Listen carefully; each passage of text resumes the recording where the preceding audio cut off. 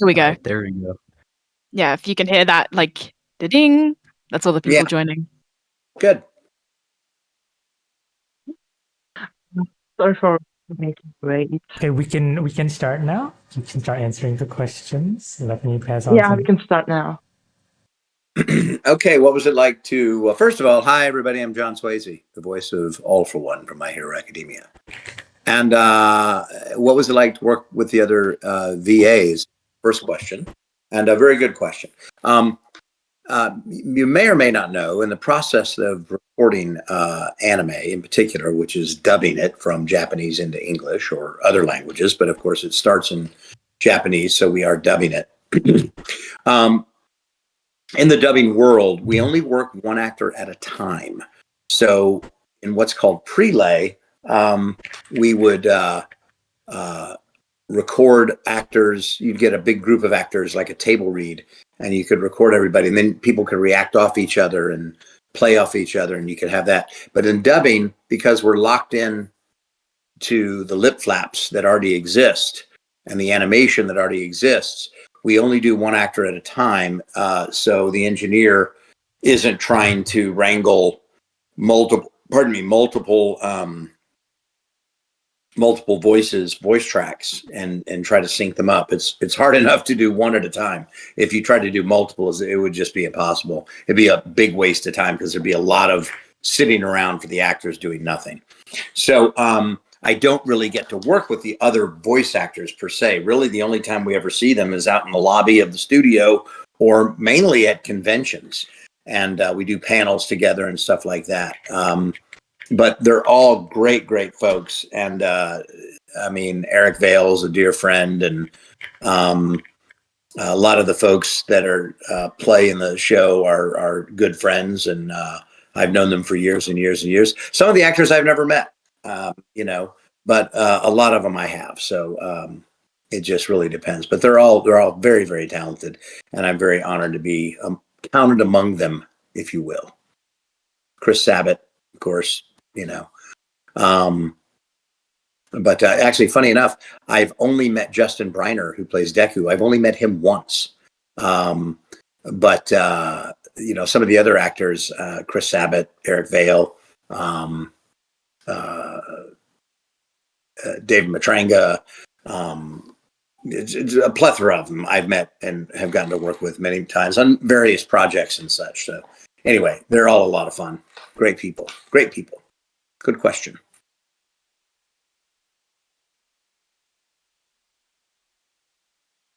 Thank you.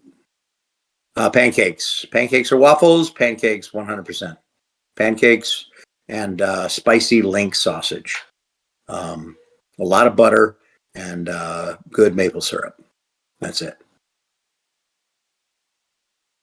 And bacon.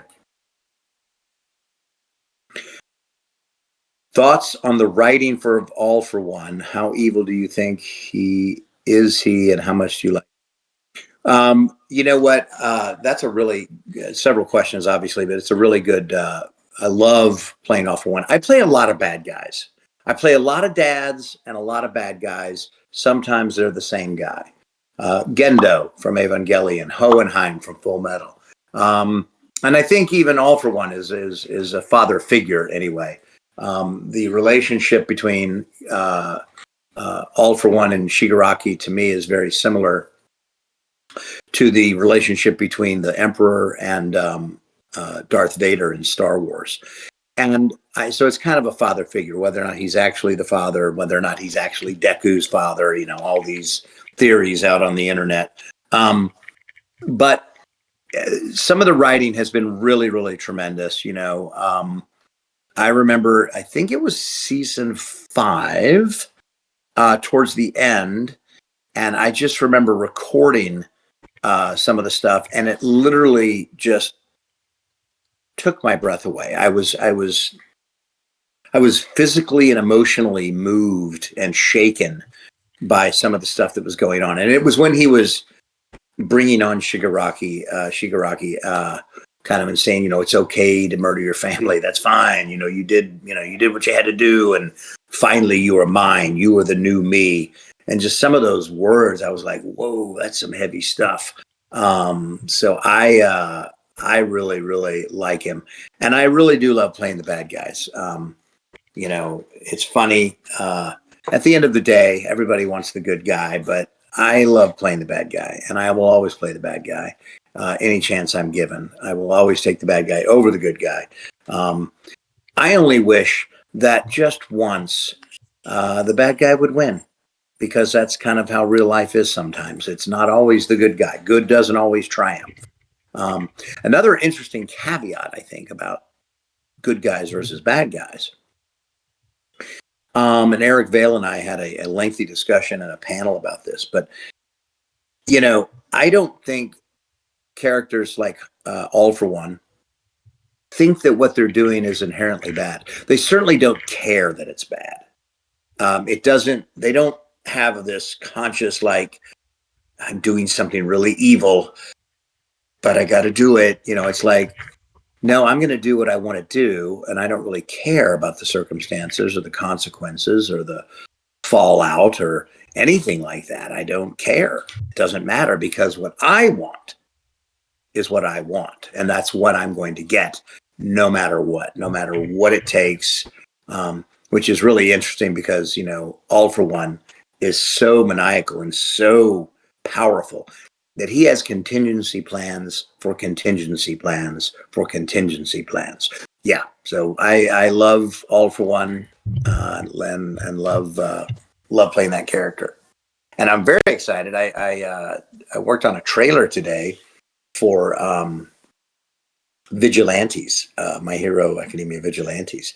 It's a new, I guess, a spinoff, and I'm hoping that he, you know, shows up. He's in the trailer, so I'm hoping that he shows up in the series. But looks like it's going to be a good show, and I'm just glad it's about the vigilantes, the bad guys, you know. So we'll see how that goes. But anyway, good question. Thank you. Advice for an aspiring voice actor. Yes. The most important thing you can do if you want to be a voice actor is learn the craft of acting. Don't worry about being a voice actor. Be an actor.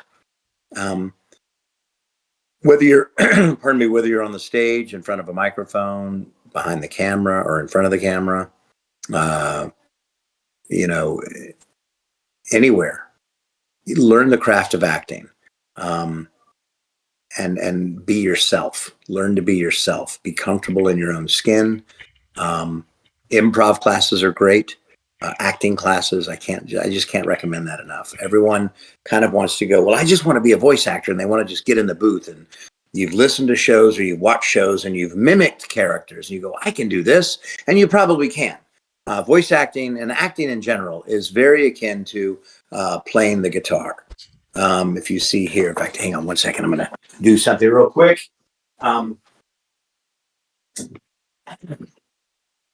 I have some guitars hanging on my wall here. I have this guitar right here. So learning to act is like, oh, that's way out of tune. But anyway, it's like learning how to play the guitar. I can show you where your fingers go. I can show you scales, you know, where you're going like,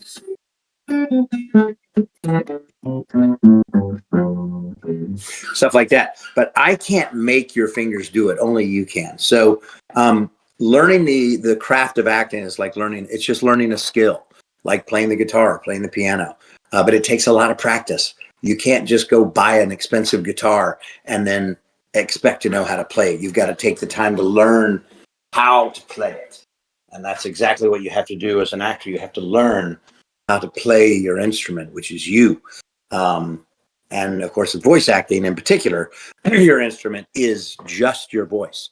So, you know, when we're in the studio, pardon me, speaking of taking care of my voice, when you're in the studio, you know, we have no props, we have no set, we have no wardrobe, we have no other actors to play with. It's just you and the microphone and the script. And so you have to get out all of that kind of emotion stuff, and you have to get all those different feelings and vibes, and everything has to come in just through your voice. So it can be rather taxing and rather difficult. But if you learn how to act, then it shouldn't be a problem. So if you're aspiring to be a voice actor, aspire first to be an actor. Get involved in theater.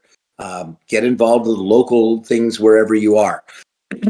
I will say that we do live in a world of remote recording, which is great. But most of the time, if you want to get into this, you need to be in the general vicinity of where it's being done. LA, Houston, Dallas, New York, Vancouver, wherever you might be, whatever country you're in, you want to go to where they're doing it. Because, like, for instance, pardon me, excuse me, I work at Sentai Studios in Houston, Texas. It's an anime studio. And I'm a director there as well. And if I bring in somebody new, I want them to come into the studio so I can work with them. The people that we do remote stuff are generally people that we've worked with for a long time, or we know they know what they're doing. We know their capabilities, their professionalism, their, all that kind of stuff. So it's always better to be in person. So that was another thing. But definitely the most important thing is get into an acting class. So great, good question. And it takes a long time. Don't be afraid of that. It takes, it could take 6 months, it could take 6 years.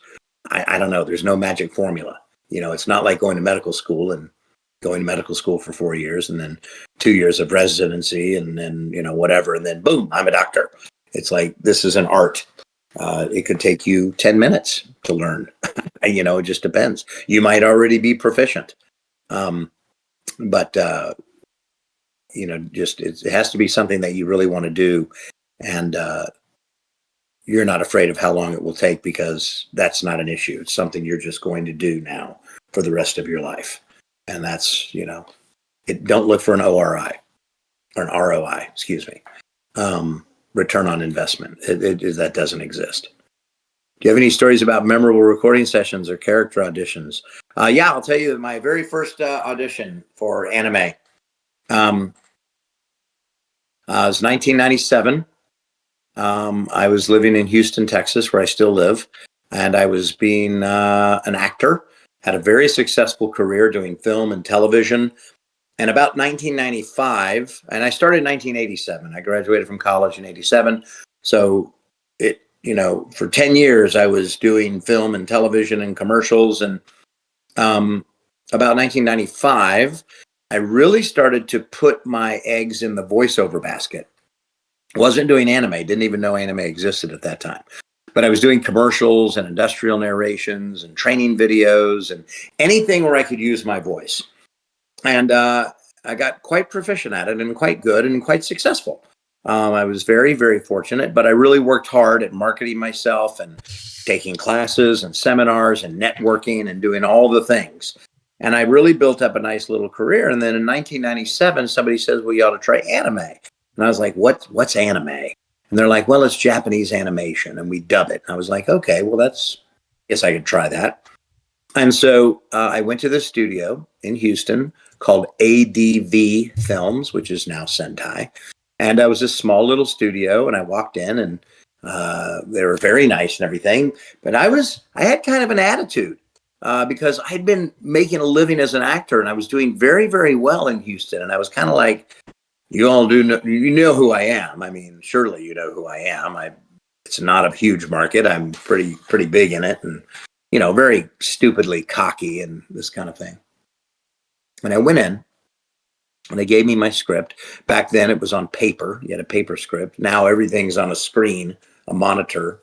But they said, you're going to read your lines here, and the video's right in front of you, and you're going to wear the headphones. And when you hear the Japanese character start talking, that's when you start your lines and deliver your lines. And I was like, all right, that sounds easy enough. So here we go. I'm sitting there and I'm like, okay, let's, you ready? I'm like, yeah, I'm ready to go anytime. And they go, okay, we're recording.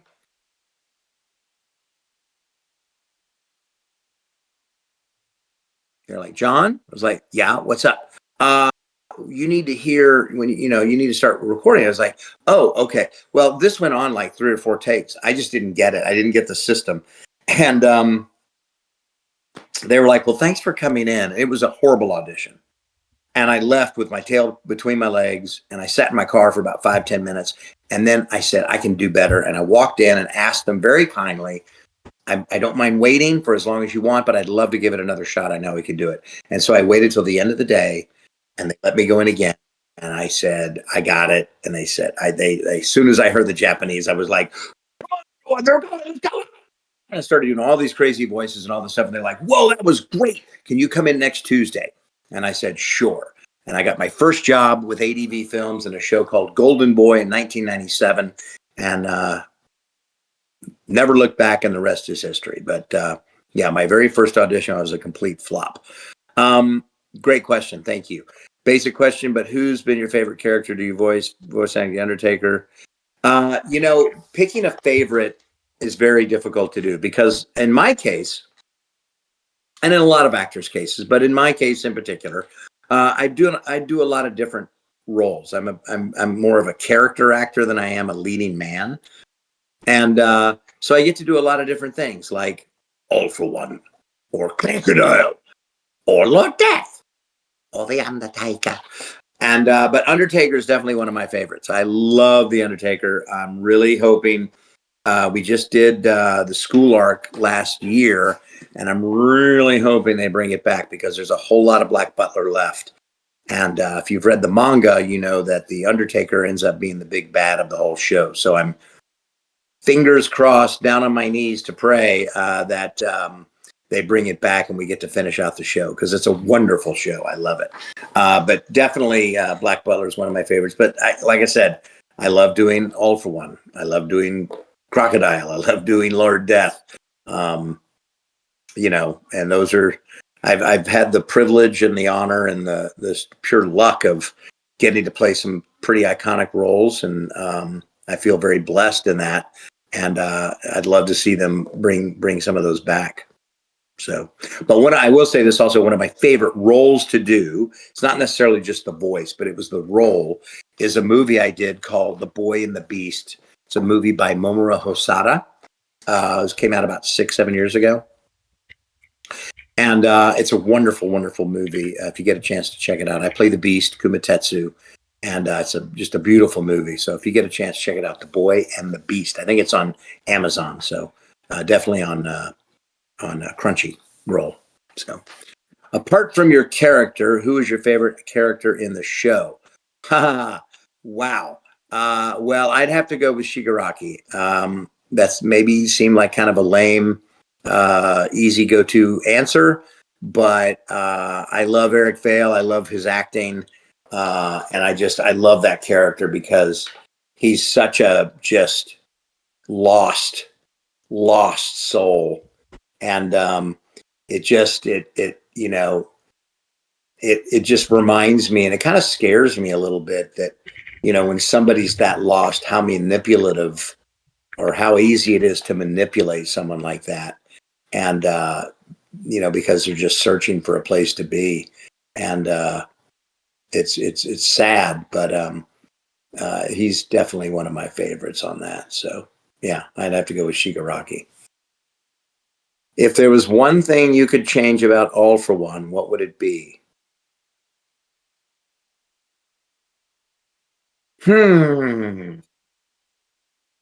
Not a damn thing.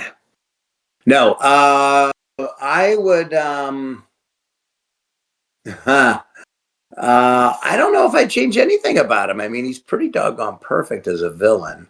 I remember watching the arc where he's in prison and I just remember thinking to myself, there is no way that he's going to end here.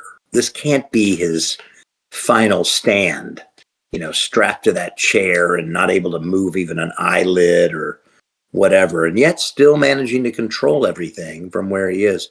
I was like, somebody that powerful, there's just no way that's going to be where he ends. And sure enough, he breaks out and starts his master plan, putting it into effect.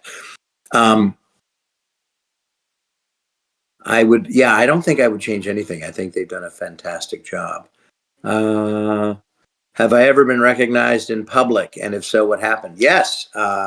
So, back when I started doing anime, nobody really knew what it was. And, it was very much a niche, nerdy, geeky thing. And I remember back in the day, they'd go, "What do you do?" And I go, "I do voice work." "Really? What I know you from?" I'm like, "Well, do you watch anime?" And they're like, "Isn't that Japanese porn?" I'm like, No, it can be, but it's not what I do. And so, yeah, very, very few people recognize me. But I would say probably since about 2018, and a lot of this is because going to conventions and stuff. And I do a lot of conventions. There's 52 weekends in a year, and there's about 6 or 7 conventions every weekend, at least around the world. And I do about 45 of them a week or a year. So I'm on the road quite a bit.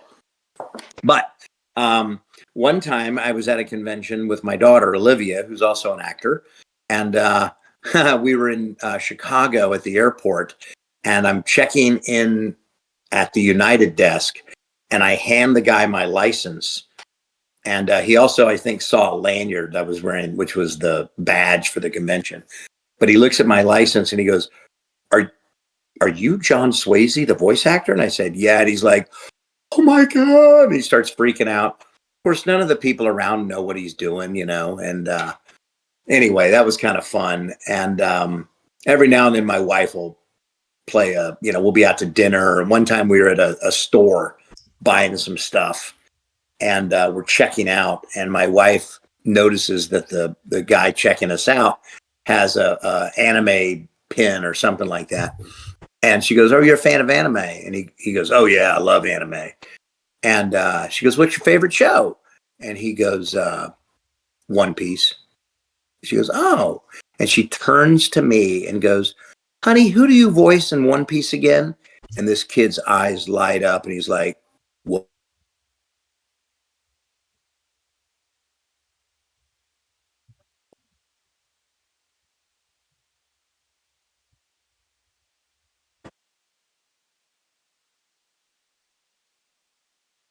You muted yourself. I think you accidentally muted yourself, Mr. John.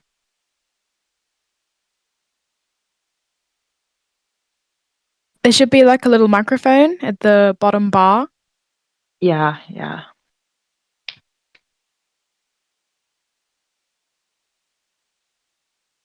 You are still muted. People can't hear you. Yeah, I think he's trying to sort it out. Yeah. See, can you screenshot the unmute button for him and ping him in the chat? Yes, so I yes. can see?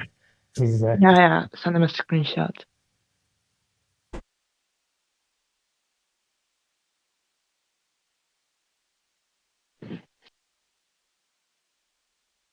Oh,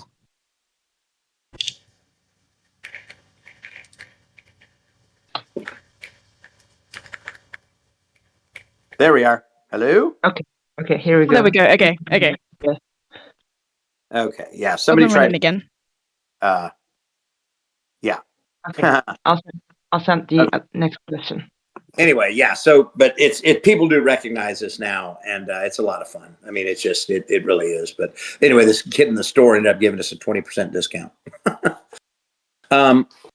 Okay, my favorite line in acting. Is it okay to cuss on this show? I mean, it should be fine. It should be fine. Okay, well, it's so my favorite line, and it's kind of blue. That's all. It's not a lot of cussing, but it's from the game Borderlands 2, Salvador. He's gunzerkering. He has both guns out, and he's talks like this. Everything's really big, and he has this sort of orgasmic experience, and he goes, "It's like having 3 dicks." So that's it. But it was a silly line. But we say a lot of stuff too that never makes it into the shows. We'll record a line and leave it for another actor and stuff like that. But I will say this: All for One certainly has a lot of my favorite lines. So my favorite hobby to do in my downtime. I love to play guitar. I love to eat crawfish, and I love to hang out with my friends and just be social, drink beer, drink good whiskey, eat good food. So, and I've got my kids that keep me busy and running around. So, although they're getting grown up, but it's all good. It's all good. But yeah, play guitar is probably my favorite hobby. Who is my favorite artist? What album would you highly recommend from them? So I'm going to show you something real quick. This is one of my tattoos here. Those are Grateful Dead dancing bears, if you can see them. And then this one right here is a Grateful Dead Steal Your Face logo. So my favorite band is the Grateful. In fact, I'm even wearing a Houston Astros Grateful Dead shirt. So my favorite band is the Grateful Dead. And if I had to pick a favorite album, I would say it's probably Europe 72 or an album called Skeletons in the Closet. Do I have, but I love a lot of music, mostly jam band stuff. Do I have any friendships developed with other actors? Absolutely. There's too many to mention, but Lucy Christian, Monica Rial, Eric Vale, Todd Habercorn, Chris Sabat, Sonny Strait, Ian Sinclair, Kyle Jones, one of my best friends, Jay Hickman, another one of my best friends. There's too many to Brittany Karbowski. There's so many that it'd be hard. But yeah, we all have very good relationships, and we're all friends, and we all love to hang out and stuff like that. So yeah, it's really interesting too, because the anime communities, like I said earlier, is such a it was so niche before that, in fact, it used to be like you mentioned other actors, like film actors and stuff. Like they're like, "What do you do?" And like, "I do anime." And they're like, "Oh, good for you. Well, when you grow up to be a real actor, you let me know." And now it's exactly the opposite. They're just like, "How do I get into anime?" I mean, I've had some actors that you would know. I mean, they're big name actors, and they're like, how do I get into that? And so yeah, it's really cool. But yeah, we're all a lot of friends. We have a lot of good, and it's a pleasure and an honor to know them all. For an upcoming writer of an anime, how do you get your voice to be like one in MHA, and both the writer and the voice actor? Okay, so great question. So I would say when you say how do you get your voice to be like the one in MHA, you mean if you're talking about voice actors, don't ever mimic another voice actor. You want to be yourself. Your greatest asset as a voice actor is that no one, and I mean no one in the entire world, in the history of the world, in the future of the world, no one has a voice exactly like you. You're the only one.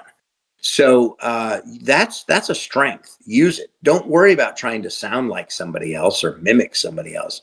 They've already got an All for One. Thank you. They've already got a Homer Simpson's. They've already got a Bugs Bunny. Whatever it might be. The only way that that's going to ever change is if somebody passes on, to the other life. But you want to really focus on what you can do and what you bring to the table as your actor. Same with your writing. Now you can listen to other actors and get ideas. You can read other people's writings and get inspired and stuff. But you never really want to try to mimic anybody. Be yourself. And I got another question, but I'll say this last thing. As a director, when I'm trying to bring in another actor or a new actor, what I'm looking for is not, can you sound like this? Or can you sound like this? Or can you sound like this? It's none of that. It's, I want to hear what you can do that sounds believable. Most characters get cast with an actor that is going to be kind of that physical manifestation of the anime character. if I'm casting somebody to play a 16, 17-year-old girl, I'm going to cast a girl that can do that kind of voice. Now it's not a great example because we don't hire anybody under 18. But the point is that I'm not going to hire Chris Sabat to play a 16-year-old boy. That's just not going to happen. He can't do it. Adam Gibbs, you bet, 100%, but not Chris Sabat. So you want to go with your strengths, and whatever your voice is, that's what you want to do. Now, as you get more work, you can branch out and try new things, but start off with just being you. But I want to see what you can do emotionally. What do you sound like when you're happy, when you're mad, when you're sad, when you're somber, that kind of thing. Great question. Now, have you ever improvised any lines while recording for All for One? No. The writers. So the way the process works is the company gets the project, like my hero, and then they start receiving scripts that are usually in Japanese because that's the way they were written originally. And then the company, whether it be Crunchyroll or Sentai or whoever, then takes those Japanese scripts and they translate them into English. But then they take the English translation and they hand that to a script writer who's going to write an adaptation to put it into English in a way that we would say something naturally. And then the actor gets it.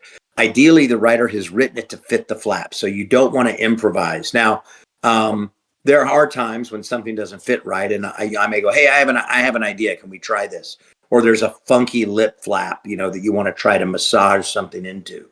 And sometimes that works. But as far as just improvising, no, which is ironic because one of the best training venues you can do is take improv classes. But that's because it gets you good on your feet. And really what we're doing is when we go into the studio, because we don't get the scripts ahead of time, we don't have prep time and weeks to look over the script and work on it. We go in cold and do a cold read. We look over it, we rehearse it and all that, but we go pretty quick. So there's not a whole lot of time to prepare. So learning improv is good as far as a skill set. So good question. When voicing Gendo in the Evangelion Rebuild movies, did you find it easier or more difficult to voice the character that has already been voiced before? Oh, it's far more easy. It's way more easy to voice a character I've already done because I've already got the voice. Now, what you do need to do is you need to make sure you can really get in the voice because in that case, doing Gendo in those Rebuild movies was years after I had originally done it. So I did have to listen to it a little bit to get that voice print in my head. So, kind of bring back that voice muscle memory, if you will, which is what I did. And, I think it worked out pretty well. But most of us, I would say all of us really, that have, once we've created a character, that voice is imprinted in our brain, in our soul, in our mouth. And so it's it's not hard to recall it, but it's, you get a little jump start by listening to it and go, okay, I know where that guy sits. Yeah, I can do that. So the other caveat is creating it out of scratch. And really for one of those things, it's always important to listen to what the Japanese actor did first, in my opinion, because they're the ones that created the role. So how do you get into character when voicing All for One? Is there a specific exercise you do before reading your lines? I'm assuming you all can see these questions. I don't know why I'm reading them, but just in case I am. No, there's really no exercise. When I'm headed to the studio, whether I'm going to a studio here in Houston or I'm driving up to Dallas, 20 minutes away or whatever, I start stretching my mouth and doing things and just talking and doing la da da da da da and doing all kinds of weird stuff. I probably look pretty silly to the car sitting next to me at the traffic light because I'm like going, what? They probably are thinking like, what song is he even singing to? But you want to warm up your voice. So when you walk in, you're not walking in cold. It's like, again, going back to the analogy of playing the guitar, you know, you want to warm up your fingers and your hands and your arms and all of your instrument. You know, I mean, any actor, you're doing all kinds of things to warm yourself up because this is your instrument and you want it to be as nimble and as fluid and as versatile as possible. So you definitely want to warm up. I never walk into the studio just cold and go, okay, here we go. You know, I just, that, you know, doesn't do it. So you always need to warm up. By the way, they can't see the questions, so They, only we they, can see them. Yeah, yeah, oh, they can see the questions. So the only thing they see is you and your voice. oh, they do not see the questions. No, no, they do not see the questions. Oh, okay. So I should read them. That's good. Okay, good. Well, my instinct was correct. What MHA character do you think is most inspiring? All for One. Duh. Most inspiring. Wow, that's a tough one. I don't know. They've all got, well, frankly, they're all a bunch of losers, in my opinion. I mean, I'm saying that as All for One. So they're not really inspiring to me at all. I'm, you know, I could care less about any of them. So, no, I'm kidding. I'm just joking. The most inspiring, you know, I'm gonna go for it again. It's Shigaraki, because Shigaraki, I think All for One sees himself in Shigaraki. And so it's not that he's inspired to be Shigaraki, but I think he's inspired in what All for One will eventually become and how he's going to manifest his ultimate, you know, manifestation. I mean, how he's going to end up. And I would say Shigaraki for sure. Plus, I want to be Eric Vale. So I guess I see he's most inspiring to me. Do you have any stories about memorable recording sessions or character auditions? Yeah, you know, I remember one audition for the show Soul Leader, which I don't know if you're familiar with that show or not, but probably are. And I was doing, working on, I think, I wasn't doing My Hero at that point, but I was doing, I think like My Bride is a Mermaid and One Piece and a lot of characters that had voices down here like this. And so I kind of got a reputation for doing voices like that. So you're kind of the rough, gruff, tougher guys. And I got a call to come in to the studio and audition for this show called Soul Leader, which I knew nothing about. I knew zero about the show. But I walked in and I met with Zach, the director, and he was talking about it. And he goes, well, I want you to do this character named Lord Death. And I was like, oh, great. Now, in my mind, I'm thinking, okay, of course you do. His Lord Death, yes. I'm Lord Death, you know, that kind of thing. And so we started the audition, and Zach immediately just went, whoa, whoa, whoa, whoa, whoa, whoa, whoa, stop, stop, stop. He goes, John, listen to what the Japanese actor's doing, okay? I want you to be more in tune with that. This is not bring whatever you want to the table and that'll work. It's like, no, we want to stay true to the, you know, the show. So I listened to the Japanese actor and I was pleasantly surprised when I started hearing this, and he was wacky and kooky and weird and funny. And I was like, oh my gosh, yes. So we started doing that, and he was like, yes, that's what I want, man. Great stuff. And so I ended up booking the part of Lord Death in the show. And even when we started the recording process, like the next week or whatever, I went in to record, and it was funny, about 20 minutes into the session, Zach stops me and he goes, hey man, listen, where you are with the voice now is where I want it to be. So there's a natural, anytime you're doing a character, especially for the first time, this goes back to warming up, but there's going to be a natural evolution of the character's voice development. And so we finally got to a place and he's like, man, where you are now, that's where I want it to be. So we're going to go back and start over again and re-record the first 15, 20 lines, however many I did. And I said, okay, great. And we did, but it was so we could really be in the zone, be in character. So that was a very valuable lesson to me as a voice actor as well. That's where I really started to think about, okay, I need to listen to what the Japanese actor does, because that's who created this thing. And I need to kind of stay true to that. So that was a very good lesson for me. I've auditioned for something. I did an audition for one show. This is up at Funimation, and they wouldn't tell me what it was. And they just gave me the lines, and they gave me a vocal reference of another actor. And they said, don't mimic him, but we just want to capture the essence. And I said, okay, that's fine. And I listened to them, and then I gave it my best shot. And they went, hey, that was great. Thanks for coming in. And I ended up getting the part, and it was the role of Hohenheim for Full Metal Alchemist. Hang on. Hello, my wife arrived. Full Metal Alchemist Brotherhood.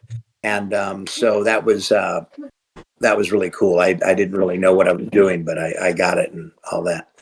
So if you do small, goofy improv for fun in the call, I'd love to hear All for One apologizing to Shigaraki for what he's done. Shigaraki, please come in here. I'd like to speak with you for a moment. Have a seat. Do you care for a drink? Of course not. How could you drink with that stupid hand over your face? Nonetheless, listen to me. I want you to know what you've done is no shame, no fault of your own. Well, maybe a little bit. I mean, I may have driven you to it. I may have said some things. I may have suggested some things. But in the end, it was really all you, Shigaraki. I just sat back and enjoyed while I ate my popcorn and enjoyed my fine bourbon whiskey that I drink through a weird straw because I have a mask and no face. Now, go get me some popcorn. All right? Oh, by the way, good job killing your family. What's a role or type character you've always wanted to voice but haven't had the chance to do yet? All of them. I would love to. I love doing what I get to do. You know, when I started out as an actor, I never dreamed that I would be doing what I'm doing today. It was never something I set out to do. In 1995, I was doing film and television, and I love doing film and television. I love doing it to this day when I get a chance to. But I really love using my voice for different characters. I've got some projects I'm working on, and they're really a lot of fun. And I love getting to play different characters and stuff like that. I really would like to play the hero, I guess. Give it a shot, at least see how the other side lives. But I mainly play bad guys and dads, and that's kind of my lot in life, but that's fine with me. I'm very content and happy to do so. But any acting role is a challenge and a lot of fun. And, there's obviously been some roles that, like I auditioned for one show, called, Mr. Mr. My friend Kyle Jones was directing it. And he said, I want you to be the narrator. You'll have to audition, but I think you'll be perfect for it. And I've known Kyle Jones for 30 years. I mean, I've known him forever. Even before we got into anime, we worked in advertising together. He was an advertising copywriter, and I did a lot of his commercials. So we had a very, strong, intimate working relationship. And I auditioned, and he was like, that was great. That was really good, man. Great stuff. And I was like, great. And I thought it was in the bag. Then I get a phone call saying, okay, Kyle would like to book you for the show. And it was a weird small number of hours. I was like, well, that doesn't seem right. Well, it turns out I didn't get the narrator. I got some other characters and some one-off characters and smaller characters, stuff like that. And I was like, well, who got the narrator? And Kyle said, well, it went to David Wald, who's a dear friend of mine, voice actor extraordinaire. And at first, I was hurt. I was like, but I thought I had that role. And this is where you really have to let your ego go. And he goes, let me play you some of it. And he played it for me. And man, I am telling you, there is no way I would have ever cast me if I was casting it. I would have cast David Wald. He was amazing. And so, we have to believe that and understand that when we get cast, it's because that's the perfect role for us at that moment. And we have to do the very best job we can with it. We cannot get bogged down in, God, I would have done a better job with that role. It's like, no. This is the role to get. A great example of that is, I don't know if you all have seen it. It just came out within the last month or a couple of weeks ago, Batman versus the Yakuza. And I got to play a dream role of Ra's al Ghul. Again, a bad guy, go figure. But I really loved playing that. It was so much fun. If you haven't seen it, check it out. Batman versus Yakuza. I play Ra's al Ghul. So, do you like voicing characters that have negative or positive standing in their respective universe more? This world has enough negativity. It's always good to voice something positive. But negative's more fun. I mean, the bad guys are just more fun to play, pure and simple. So I really do like the bad guys more. But sometimes playing an anti-hero is good. Actually, Ra's al Ghul is kind of, I would say, was maybe one of those kind of guys.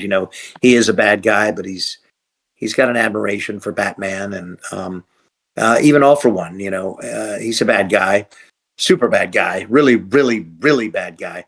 But he does have an admiration for Shigaraki and his brother. And so there is something redeemable about them. But it's just fun to play. So whatever, I like doing them all. I've never gotten a character that I was just like, well, that wasn't very fun. I didn't enjoy that. I enjoy them all. It's kind of a campy stock answer, and I'm sorry to disappoint anyone on that one, but it is true. And I think if you ask any actor, voice actor especially, they get to play them all. One of the reasons I love to do voice acting is I get a chance to play characters that in real life on camera, I probably wouldn't get the chance to do. I just wouldn't. I mean, I'm 60 years old and I know I look like I'm 35. But I mean, I can play 35 and I can play 65 or 70 or whatever, and anything in between. I can play skinny, I can play fat, I can play tall, I can play short. But in real life, I can't. I'm, 220 pounds and 5'10". So that's what I get to play physically on camera. So I love the fact that I get to play a lot of different characters in the voice world. So good question, Hasho. Can you improvise an evil monologue about something completely mundane like grocery shopping?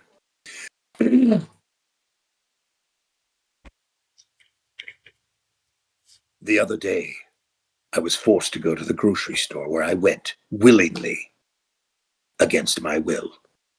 However, I needed some things at the store to make my soup. So I walked into the vegetable section, and there before me stood the most glorious broccoli I've ever seen. But I thought to myself, broccoli does not belong in soup unless it's cream of broccoli, or maybe cheese broccoli soup. But I didn't want that. I wanted a consomme. I wanted a broth. So I skipped over the broccoli, begrudgingly, and I decided to go for the celery and the leeks.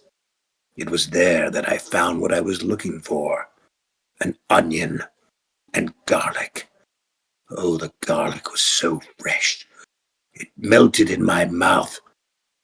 Then I was asked to leave the store because I hadn't paid for it when I put it in my mouth, and I very well couldn't put it back, although I tried, which caused an entire stir in the store. However, I was able to slip away once the commotion began, and I walked over to the soup section and just picked out a can of cream of broccoli soup. I was foiled by my own plan. Cursed soup. Hope that's okay. Now I want to get some cream of broccoli soup. Thank you very much. I'm starving. Are there any scenes that were really hard on your vocals during and after filming? Yes. So doing All for One like this is not hard on me at all because it's very easy. Doing The Undertaker the same way. Doing Lord Death the same way, pretty much. Doing Crocodile a lot tougher because it takes that growl. Doing characters like I remember doing Gosaburo from My Bride's a Mermaid. I was the father of Gosaburo, and everything he did, I'm not going to do it here, but everything he did, he yelled. So it was like, "Hello, nice to meet you." And it was just, we would record for 10, 15 minutes and then take a 30-minute break because I had to let my vocal cords rest. Anything. And then the worst of all was doing Salvador from Borderlands 2 because everything he did was like this. And it seems easy to do initially, but man, once you get into it and you've been doing it for an hour, oh my gosh, your vocal cords are just like, please, we give up. Please stop. You're killing us. So I would record Borderlands 2 for a couple hours and then I was done for the day, which is, it's tricky. And if you're doing something like that, you always want to save stuff like that for the end of the day if possible. A lot of times when we have a character in Dragon Ball, for instance, I played Dodoria, and Dodoria talks like this. And it's just yelling and screaming and everything is big. And after a while, you're just like, oh, please make it stop, make it stop. So those are the most difficult things. It's not a scene in particular. Fighting scenes can be a lot of difficult can be rather difficult on your voice. And especially when you're doing video games, because those are hundreds and hundreds of lines to do. And since you're not matching the flaps, it goes very fast, but you're just doing, and it's like scraping something over your vocal cords. So those are the most tough. Good question. Anything else? Here we go. Do you believe the theory of AFO being Deku's dad? I don't know. I don't, sure. AFO is Deku's dad. You bet. It's probably his mom too. That's Crocodile and Luffy. The internet can spread some pretty wild rumors, and if enough people say it, it's got to be true. So, who you gonna believe? I don't think so. I don't think so. Do I plan doing any meet and greets, for example, going to conventions like Supernova Comic-Con? I would love to come to Supernova. If you're in a town or a country or a province or county or wherever you have conventions, write to your convention and say, we want to see John Swasey. But I do about 45 conventions a year. So I don't know if I guess this is live. It's not going to air later. But I'll be in Missouri, in the United States. I'll be in Missouri this weekend, and then I'll be in California, and then I'll be in Maine, and then I'll have a week off, but then I'm traveling all over the place. I travel all over the country. I'll be in June, I'll be in England. I've been to Australia once. I'd love to go back. I've been to Canada a few times. I'd love to go back. But yeah, so if there's and then you can always reach out to me if you're interested in an autograph. You can always ping me on Instagram or whatever, and I'm happy to do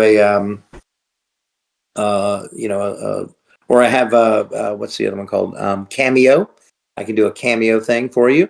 But I'm always happy to do stuff. I love meeting the fans and getting to interact with them. Frankly, if it weren't for you, the fans, we would just be a bunch of people in rubber suits in padded rooms because we'd look like completely insane people talking to ourselves. So thank you, fans, for keeping me out of the mental institution. But I do all kinds of conventions. So just check with a convention near you and say, hey, we want to have John at our next convention. And I do panels and stuff too. And one of the panels I do is actually called Con Horror Stories, where I share a lot of fun stories about the weird things that have happened to me at conventions. So it's a lot of fun. Without spoiling anything, how did you feel about My Hero Academia's ending? Did it leave you satisfied, surprised, or was there anything? So I don't know the ending. And no, it says without spoiling anything. If you've read the manga, you already know. But this isn't. I don't know the ending. I haven't read the manga. We don't get to know anything until we show up at the studio. Again, we're not given stuff ahead of time, and because we're only there to record our lines, we may not see the whole linear progress of an episode or an arc. We may just go in there. We're just in there to do our things, and we don't see it till the very end. Now, one of the problems that I have is I generally don't watch what I've done for two reasons. Number one is I don't like to watch myself on screen. I don't like to watch it because I'm very critical of myself. I like to do my work and get out of there. Generally, if I watch myself, I'm just thinking, oh God, why did you say it like that? You're horrible. You're a horrible actor, John. Why did they hire you? Oh, for the love of all that is righteous. Ugh. That's number one. Number two is I direct every day. So I watch anime all day long. I don't come home and unwind by watching more anime. It's like if you're married to a masseuse or if your partner's a lawyer, you're never going to get a massage and your will never get done because they're doing it for everybody else. So it's the same kind of thing with me. So I don't know what's happening. I do know I'm very intrigued by what's going on. And now this is already out, so it can't be a spoiler, but he's regressing in age. And it got to a certain point where my voice was just too old to do the younger All for One. So they moved to an actor by the name of Ryan Negron. And he's wonderful. But I'm hoping that they bring me back to do some other stuff in the new season. And like I mentioned earlier, hopefully we'll get to work on Vigilantes. How did you know you wanted to get into voice acting? Okay, great question. I didn't know. I just knew when I was 15, 16 years old, I was in New York City with my parents watching a Broadway show called Joseph and the Amazing Technicolor Dreamcoat. And I was like, yeah, I want to be an actor. Originally, I want to be on Broadway, but I can't sing, so that was going to be tough. Graduated college and never went back to New York till I was 50. So I just got into acting. I wanted to do film, television, theater, stuff like that. Love improvisation and sketch comedy. Wanted to be on Saturday Night Live, and that didn't work out, obviously. But in 1997, somebody says you ought to do anime, and I was like, sure, why not? And it was just another acting job. I didn't think twice about it. It was fun. It was cartoons, which I love cartoons. I love animation. And like I said earlier, I get a chance to do stuff with my voice that I wouldn't get a chance to do otherwise on camera. And it just sort of evolved into what it is today. And I'm very happy with it. I'm very blessed and feel very fortunate. So but it's not something I set out to do, which is why earlier I said, if you want to get into this field, the main thing to do is become an actor. And you never know where it's going to take you. You may say, I want to be a voice actor. And suddenly you find yourself doing something else in the acting world and you're very good at it and you're very highly demanded to do it. And so that's kind of where it takes you, so don't ever, don't pigeonhole yourself. Was there any moment where you felt as if the villainy voice was painful to portray, as in you felt bad for any of the characters you were essentially fighting in the story? Never.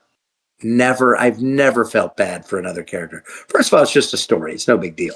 But second of all, the bad guy is always right. And the good guy's a chump and deserves to have his ass kicked, which is what I do as the bad guy. You're welcome.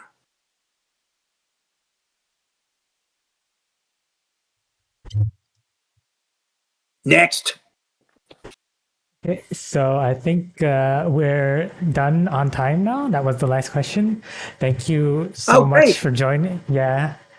Thank you so much for Yeah, joining yeah. us. We had a great time. Thank you for joining. Thank Well, you. Thank you. Are people's, can they still hear or has everyone left? Yeah, they can can still still hear you. Still here. Okay. Well, I just wanted to say one of one of the things that I'm very, very excited about is I've some friends of mine, Kyle Jones and Jay Hickman, two voice actors. Kyle's a director as well. We created a podcast called Bottom of the Barrel, and we dropped our first episode last night. It's on Spotify, and you can also see it on YouTube. But it's Bottom of the Barrel, and just so you know, it's a picture of a barrel, an orange background with a barrel, and three guys diving into it with the middle guy, and you can see his butt. And it's just a lot of, it's silliness, it's tomfoolery. But I would ask everyone, please go check it out and enjoy. It's fun, it's silly, it's comedy, and we're hoping that it's going to be huge. So this is the first chance I've ever had publicly to announce it. So go check it out. Yay. Of the Barrel. Thank you very much. There it is right now. Somebody just popped it in there. Beautiful. Thank you. Thank you, Aldwin. Is it, how do I say it? Aldwin? Yeah, you said it right, Aldwin. Aldwin. What No a cool name. Well, thank you guys so much. This was fun, man. You have a great audience with Yeah. great. No, you've made a lot of people very happy. They're getting very excited at your impressions, most of all. Well, I hope my improv stories were fun. I was at the grocery store, so that was fun. But yeah, I mean, I love doing it. You guys are terrific. What a joy this was. Yeah, people really loved Oh, your thank you. impression. Yeah. Excellent. Well, thank you all again. I hope you all have a wonderful evening. And if you ever Yeah, want to thank do you it, so much for joining us. Yeah, thank you for joining. You have a wonderful evening too. all right, guys. Thanks a lot. Bye to everyone. Bye-bye.